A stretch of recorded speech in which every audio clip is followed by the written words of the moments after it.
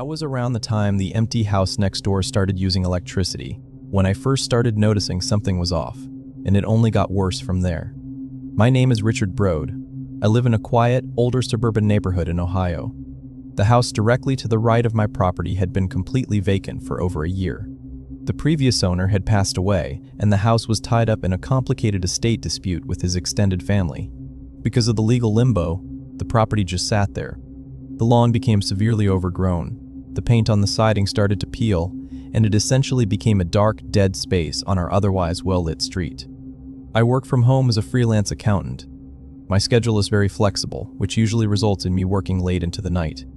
My home office is located on the ground floor, and my desk faces a window that looks directly out at the side of that vacant house. The gap between our properties is narrow, maybe 15 feet at most.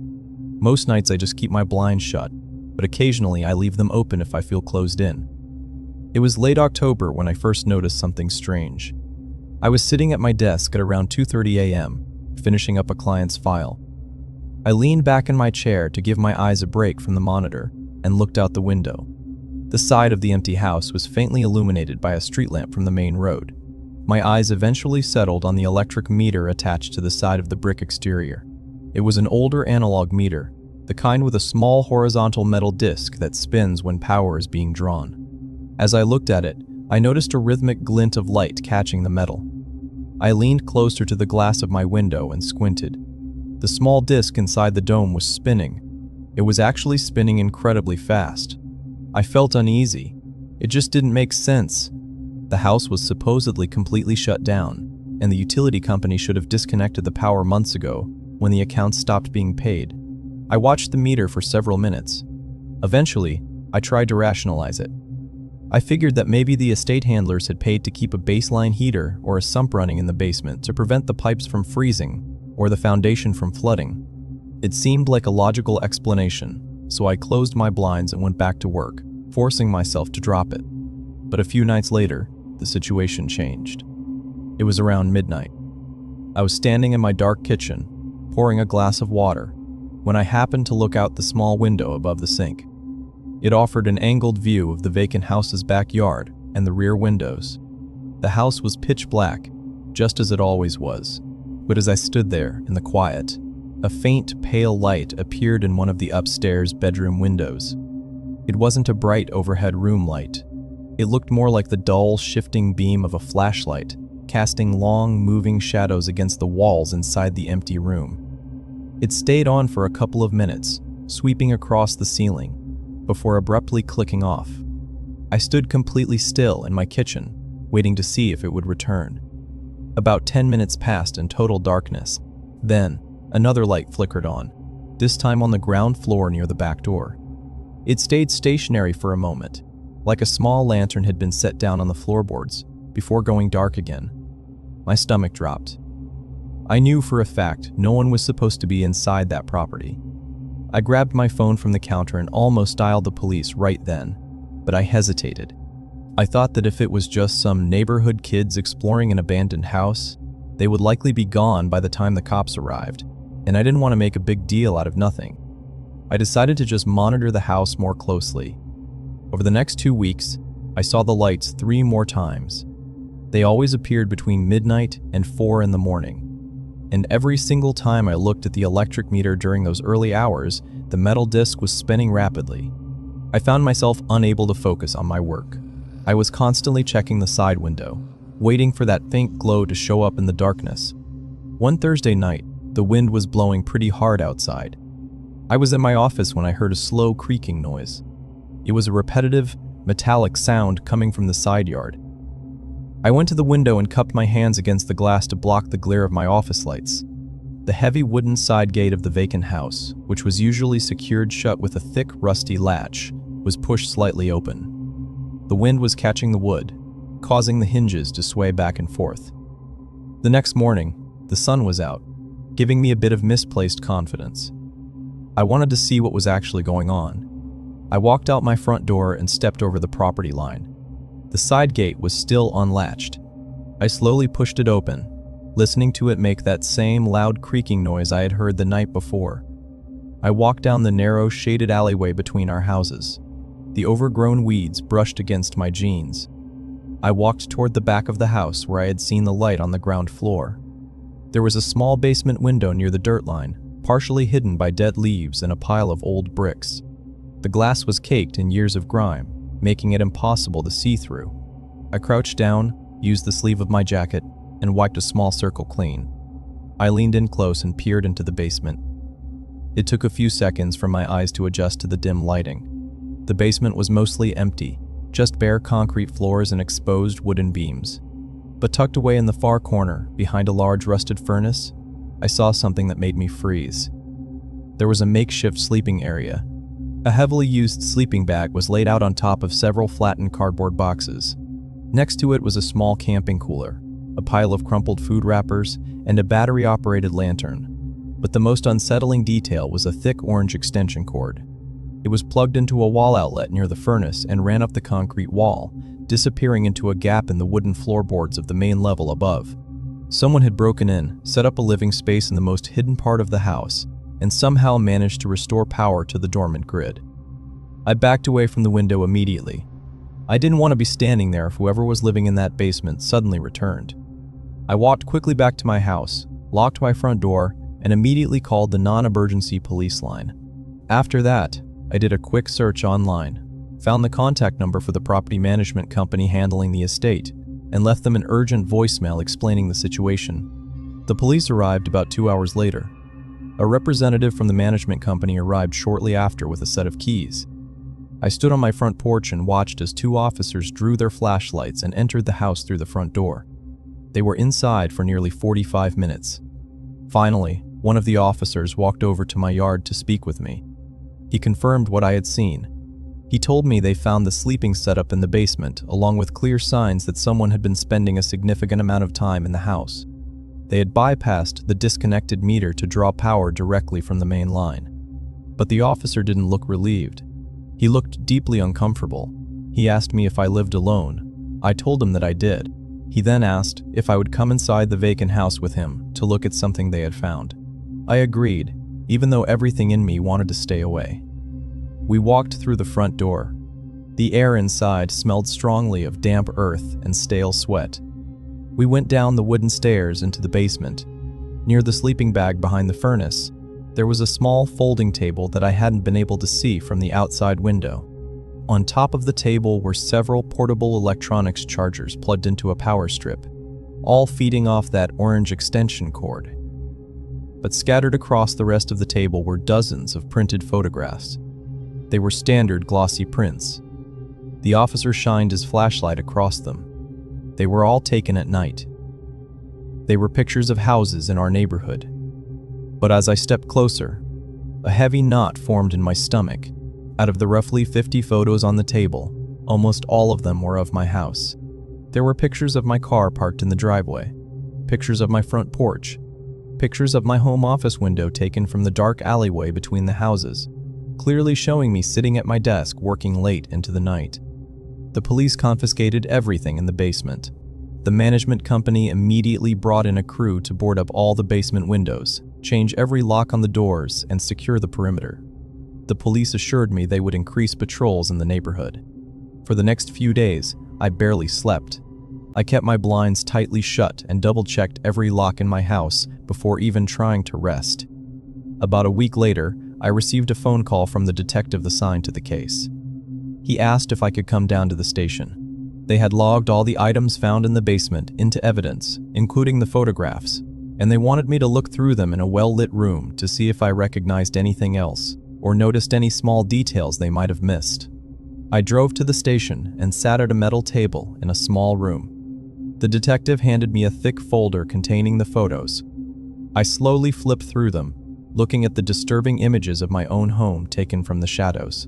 I saw the pictures of my car, my office, my backyard. But as I reached the very bottom of the stack, I found a photo that I hadn't seen on the table in the basement. I stopped breathing. It was a photo of my living room. It clearly showed my television turned on, my gray sofa, and my wooden coffee table. But the camera wasn't pointing through a window. The angle was high up, looking down at the seating area. Based on the position of the furniture and the walls visible in the frame, The picture wasn't taken from outside. It was taken from the top of the staircase inside my own house. Have you ever noticed something small that ended up saving your life?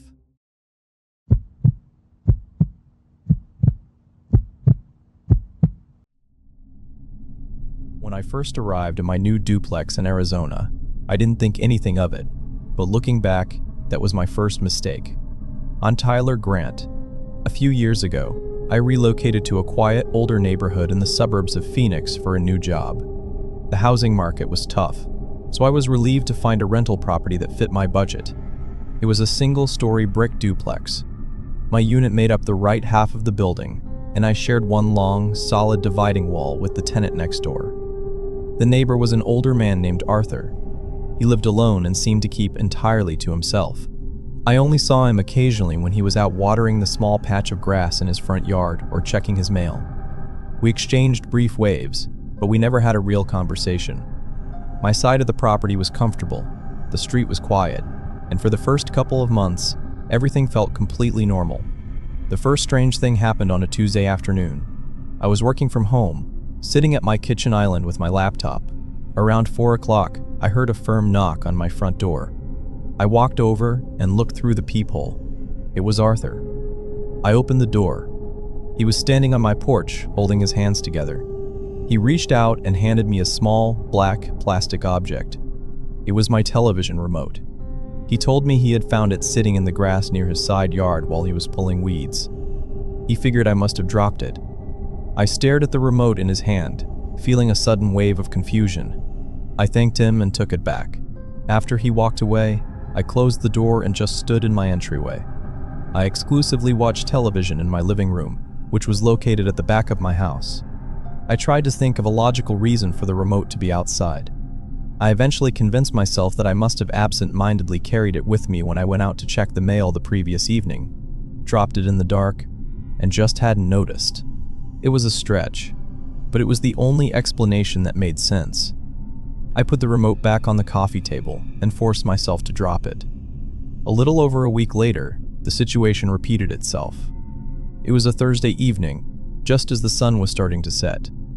I heard another knock at the front door. I opened it to find Arthur standing there again. This time, he was holding a small silver keychain flashlight. He handed it to me and said he had noticed it sitting on the concrete edge of his driveway when he went out to get his newspaper. My stomach dropped. I knew exactly where that flashlight was supposed to be. I kept it in a small decorative bowl on my kitchen counter, right next to my spare car keys. I had just used it 2 days prior to look behind my refrigerator for a dropped pen. I distinctly remembered putting it back in that bowl. I thanked him again, but my voice felt tight. I locked the front door behind him and walked straight to the kitchen. I looked inside the small decorative bowl on the counter. The spare keys were there, but there was an empty space where the flashlight usually sat. I felt uneasy. I hadn't taken that flashlight outside. There was absolutely no reason for it to be near his driveway. I spent the rest of the night checking and rechecking the locks on my front and back doors. For the next few weeks, I was on edge.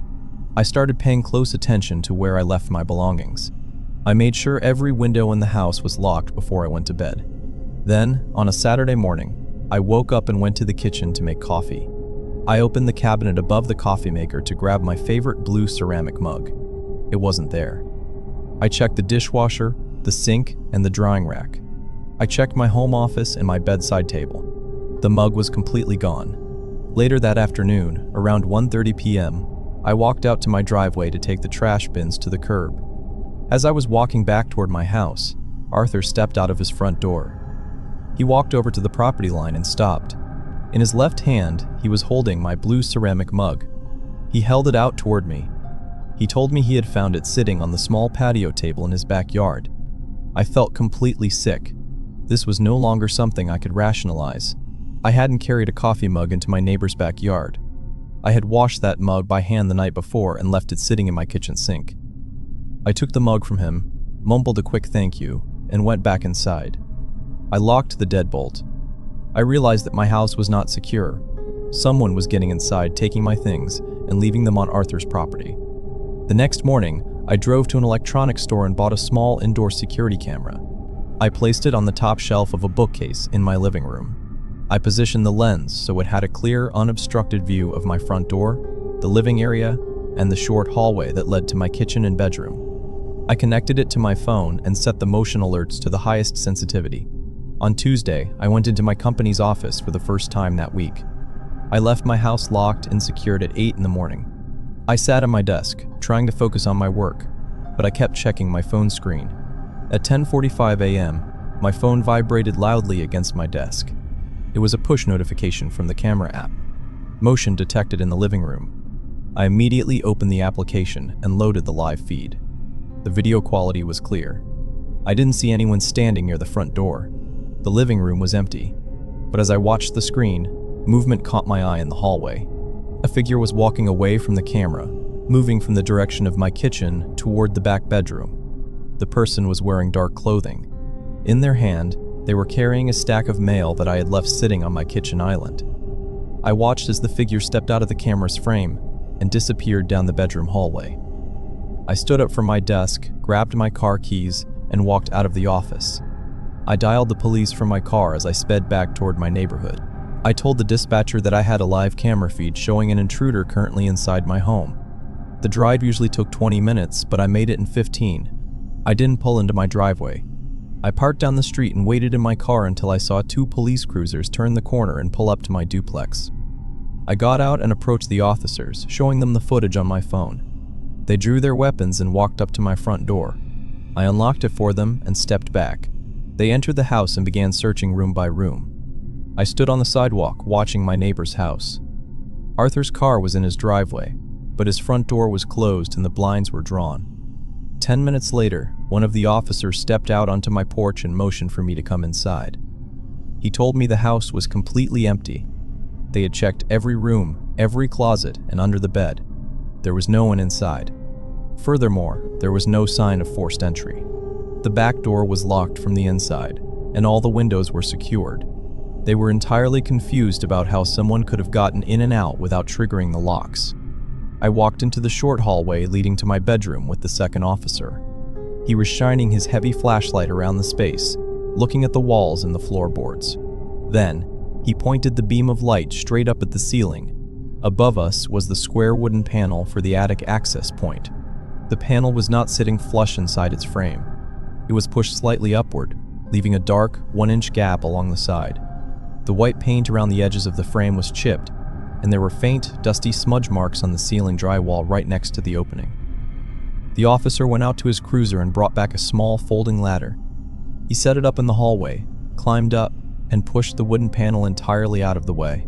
He aimed his flashlight into the dark space above and pulled himself up through the opening. I stood in the hallway, listening to the heavy sound of his boots moving against the wooden joists overhead. After a few moments, the movement stopped. The officer called down to me, asking me to climb up the ladder and look at something. I felt my chest tighten. I stepped onto the ladder and climbed up until my head and shoulders cleared the ceiling. The attic was not separated. Because it was an older duplex, there was no firewall or partition between my unit and Arthur's unit. It was just one long, continuous, dark space running the entire length of the building. In the distance, I could see the square outline of the access panel leading down into Arthur's side of the house. But that wasn't what the officer wanted me to see. Sitting on the wooden planks directly above my bedroom ceiling was a large, clear, plastic storage container. The lid was removed. The officer had his flashlight pointed directly inside it. The container was filled with dozens of small items from my house. I saw a pair of sunglasses I thought I had lost at a restaurant. I saw a spare phone charger, several pieces of open mail, a single running shoe, and a bottle of cologne. The items weren't just thrown into the box. They were meticulously organized. The container was fitted with smaller plastic dividers, separating the objects into distinct categories. The sections were marked with small pieces of masking tape. The labels read, kitchen, living room, and bathroom. My neighbor hadn't been finding my misplaced things outside. He had been coming down through my ceiling, taking items from specific rooms, bringing them back to his house, and then slowly returning a few of them over time just to see how I would react. I stared at the organized collection of my belongings, feeling completely numb. Then, the officer shifted his flashlight beam to the far side of the plastic bin. There was one divider section that didn't contain any objects. It was completely empty. The only thing inside this section was a piece of white masking tape stuck to the bottom of the plastic. Written on the tape in thick black marker was my full name. Would you ever feel safe living in a shared building again?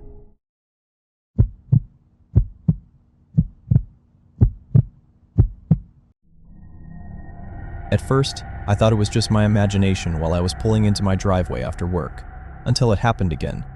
My name is Jacob Sinclair. After years of renting cramped apartments, I had finally saved up enough to buy my first house in a quiet, older suburb just outside of Spokane, Washington. It was a modest neighborhood. The streets were lined with tall pine trees, the driveways were wide, and the houses were spaced reasonably far apart. I was incredibly proud of the place, and for the first few months, I really enjoyed the peaceful atmosphere of the area. I worked as a shift manager at a large regional distribution center downtown. Because of the nature of the facility, my schedule was incredibly rigid and consistent.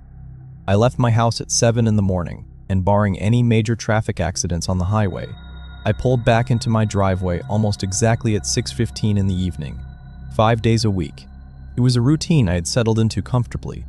The only thing that slightly bothered me about my new street was the house directly across from mine.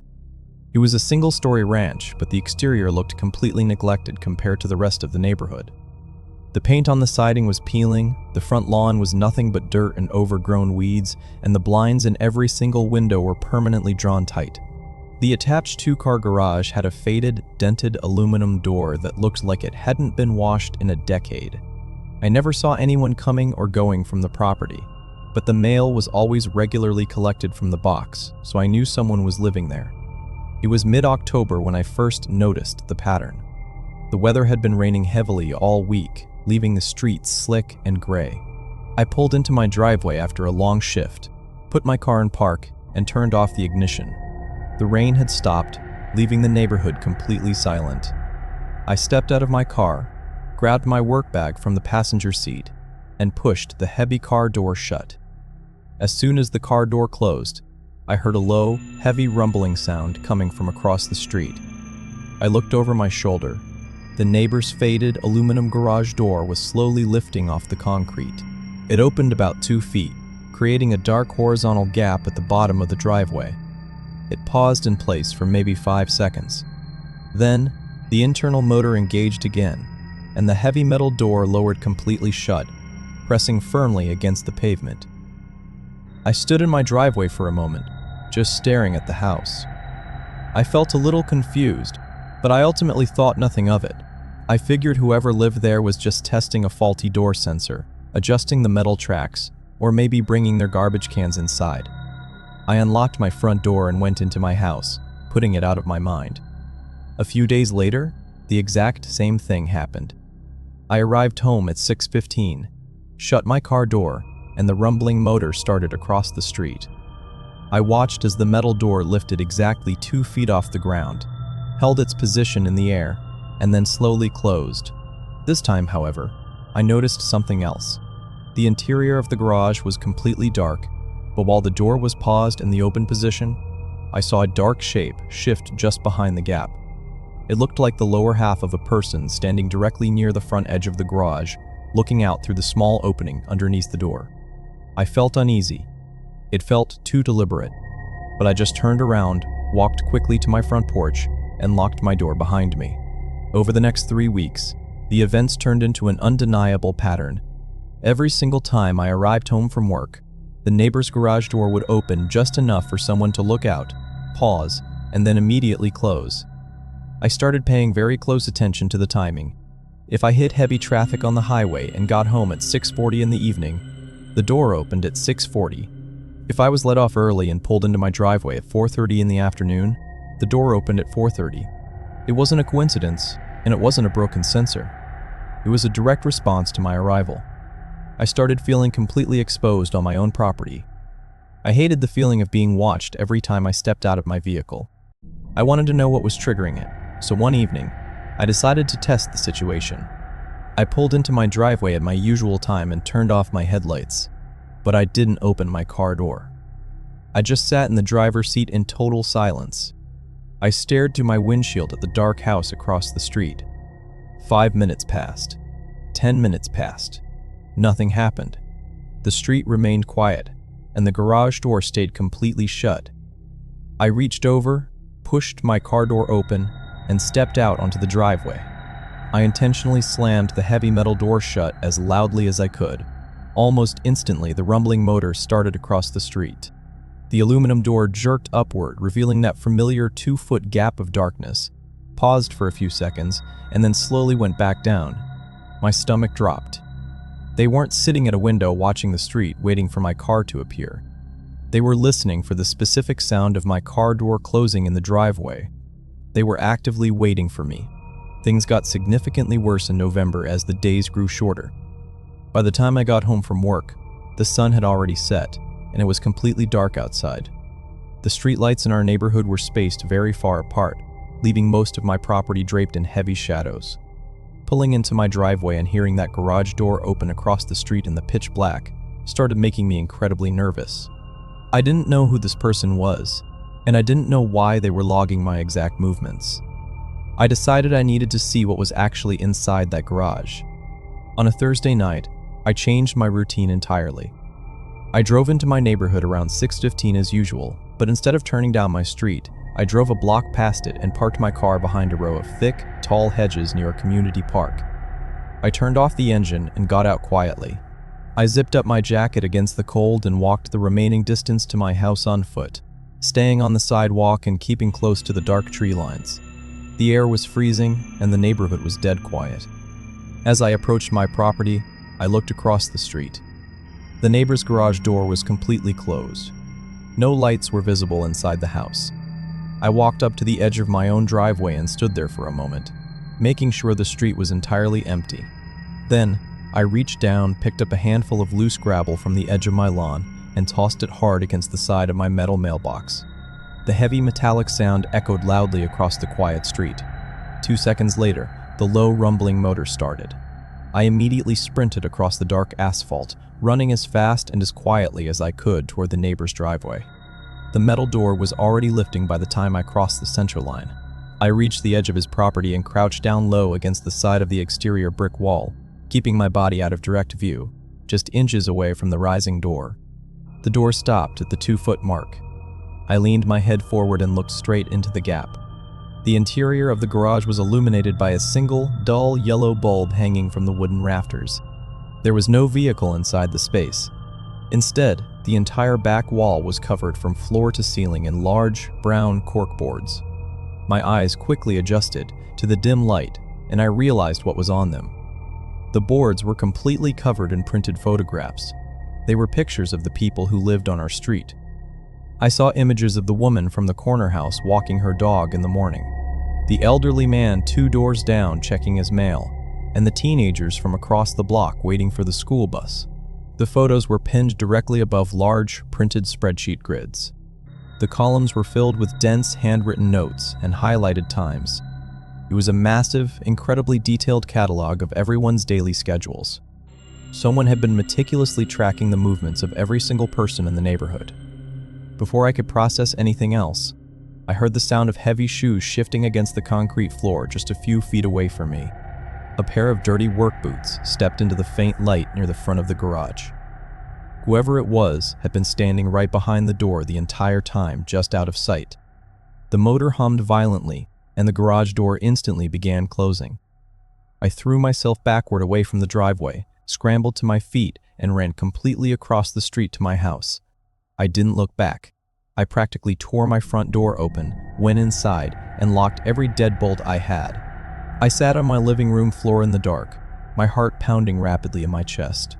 I eventually pulled out my phone and called the police non-emergency line. I tried to explain what I had seen in the garage. The dispatcher was polite and took down my information, but she ultimately told me that taking photographs from a private residence and keeping a written schedule wasn't technically a crime unless the person was trespassing on my property or making direct threats. There was nothing they could immediately do about a man opening his own garage door. I spent the entire night sitting awake in my living room, staring at the front windows, waiting to hear that heavy motor start again. The sun finally came up around 7 in the morning. I felt a small amount of relief when the daylight hit my lawn. I felt exhausted, but I forced myself to walk over to my front window. I carefully pulled the edge of the blinds back just enough to look across the street. The neighbor's garage door was cracked open about 6 inches. Lying completely flat on the concrete driveway, pushed halfway out from under the bottom edge of the metal door, was a single piece of printed paper. I went to my hallway closet, grabbed a pair of hunting binoculars I kept with my camping gear, and returned to the window. I focused the lenses on the driveway across the street, zooming in on the paper. It was a brand new photograph. The image was grainy and taken in very low light, but the subject was perfectly clear. It showed me standing on the sidewalk a block away, walking toward my house in the dark from the night before. Has a neighbor ever paid too much attention to your schedule?